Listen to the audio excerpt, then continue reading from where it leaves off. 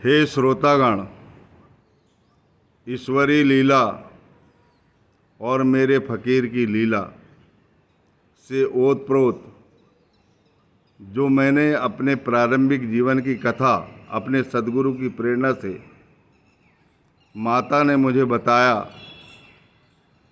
उसको मैंने पिछली कथा में कहा हूँ, लेकिन उसमें कुछ विशेष अंश भूल गया जो आपके चरणों तक मैं भेज रहा हूँ।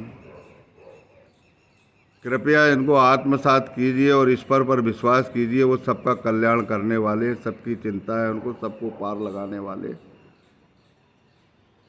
2 एकड़ ज़मीन, उससे जीविकोपार्जन, और पुराने समय में इतनी एडवांस टेक्नोलॉजी नहीं थी कि बहुत अधिक अनाज होता है। बस किसी तरह पेट पल जाता था, उतना अनाज भगवान दे देता था।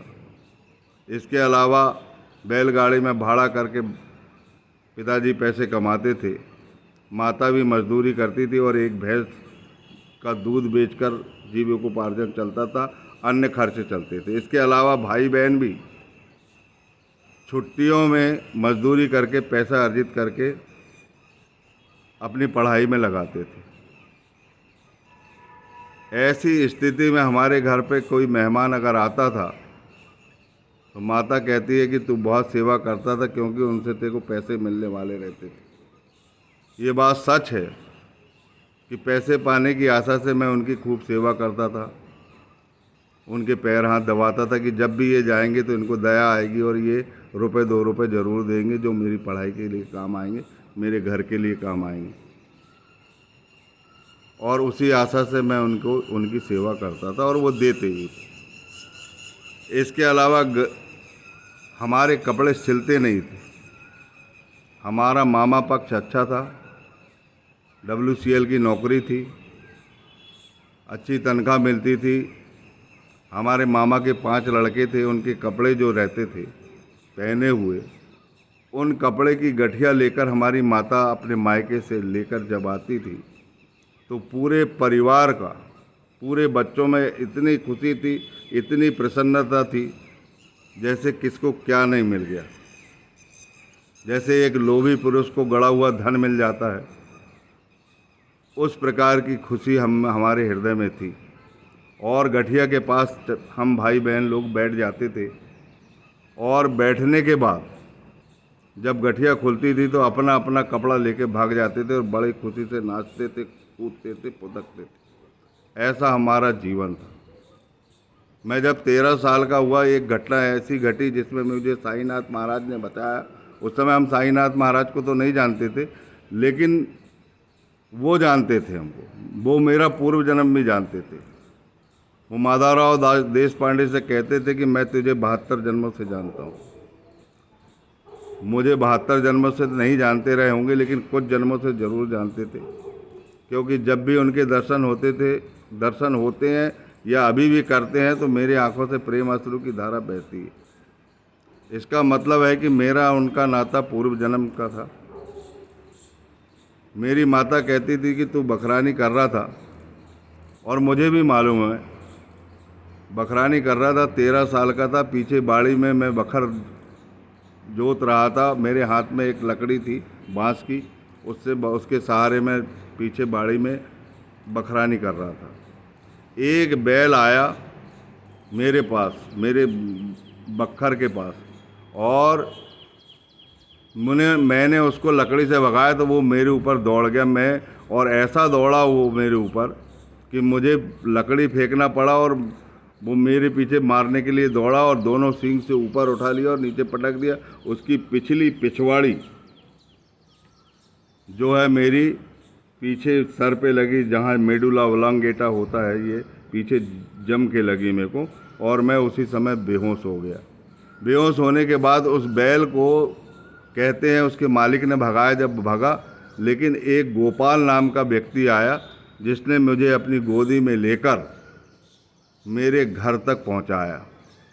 जब मुझे पहली बार सपना आया था, जब बाबा का अनुग्रह 2006 में हुआ था और पूरी दुनिया जलमग्न हो गई थी और मैं उस जल में बह रहा था, तो बाबा ने पकड़कर उसी आंगन में मुझे छोड़ा था। तब मुझे एहसास हुआ कि बाबा ने, जब मैं बाबा को नहीं चाहता था, नहीं जानता था, तब भी उन्होंने मुझे बचाया। ये कहानी मैं पिछली कथा में बताना भूल गया, क्योंकि मुझे बहुत समय हो गया और मेरी उम्र लगभग अभी 65 वर्ष की है। जो मेरी स्मृति के क्रम में आता जाता है मैं आपको सुनाते जाता हूँ। इन कथाओं को अपने हृदय में स्थान दीजिए, ईश्वर आपकी ज़रूर मदद करेगा। इसके अलावा एक गीता बाई थी, जो मेरे, जब मैं शिशु था, बचपन था, बहुत रोता था, बहुत मचलता था। माता कहती है कि गीता तेरे को एक गाना गा के सुलाती थी और तू तुरंत सो जाता था। आजकल के बच्चे मोबाइल पे मधुर मधुर गाने सुनकर सो जाते, उसी प्रकार वो गीता मेरे लिए एक गाना गाती थी। मेरा बचपन का नाम युगल था, वृश्चिक राशि थी मेरी, लेकिन बीमार पड़ने के कारण मेरा नाम नौखे रख दिया गया। तो मैं बीमार कम पड़ूंगा करके इस भावना से माता पिता ने मेरा नाम नौखे रखा था। तो वो कहती थी अपने गाने के बोल में, नौखे बड़ा छलिया छल करके रोए, और ऐसा गाते गाते झूला झुलाते झुलाते सो जाती थी। जब मैंने अपने होश में आया, अपनी माता को जब दर्शन कराया, तब उनने बताया, मैंने कहा वो गीता नहीं है, वो भगवान श्री कृष्ण की गीता है जो मुझे सुलाती थी और जो मुझे आज आनंद प्रदान कर रही है। साईं चरित्र गीता के समतुल्य है, वो उच्च ग्रंथ है, ज्ञानेश्वरी के समकक्ष है। साईं चरित्र में ज्ञान भरा पड़ा हुआ है, ज्ञानोपदेश है, ज्ञान ही ईश्वर है। जब कर्म मार्ग, भक्ति मार्ग और योग मार्ग पर आदमी चलता है तो वो ज्ञान की नगरिया में प्रवेश कर लेता है। हे श्रोताओं, ध्यानपूर्वक अपने सद्गुरु के चरण को दृढ़ता से पकड़ो, ईश्वर पर विश्वास रखो, माता पिता का आदर करो, अपने पड़ोसियों का आदर करो, अपने पड़ोस में ये देखो कोई भूखा तो नहीं है। मेरी माता इतनी गरीबी होने के बाद भी कोई के घर में अगर अनाज नहीं तो वहाँ चोरी से अनाज मुझसे पहुँचा देती थी, क्योंकि मेरी माता की जो सास थी वो बहुत तेज़ थी और उससे उसको डर लगता था। तो वो बोलती थी, बेटा उनके यहाँ अनाज दे के आ जा, उनके यहाँ आज खाने के लिए नहीं है। आटा दे के आ जाता था और कुछ पैसे भी एक दूसरे की मदद करते थे। तो ऐसे लोग होते थे पुराने ज़माने में। जब भी कोई अतिथि आता था तो उसको जाने नहीं देते थे, घर में रोकते थे, और वो जाने की कहता था तो उसका थैला लुका देते थे कि ये रोकेगा करके। जब तक उसको अच्छा खिलाते पिलाते नहीं थे तब तक भेजते नहीं थे।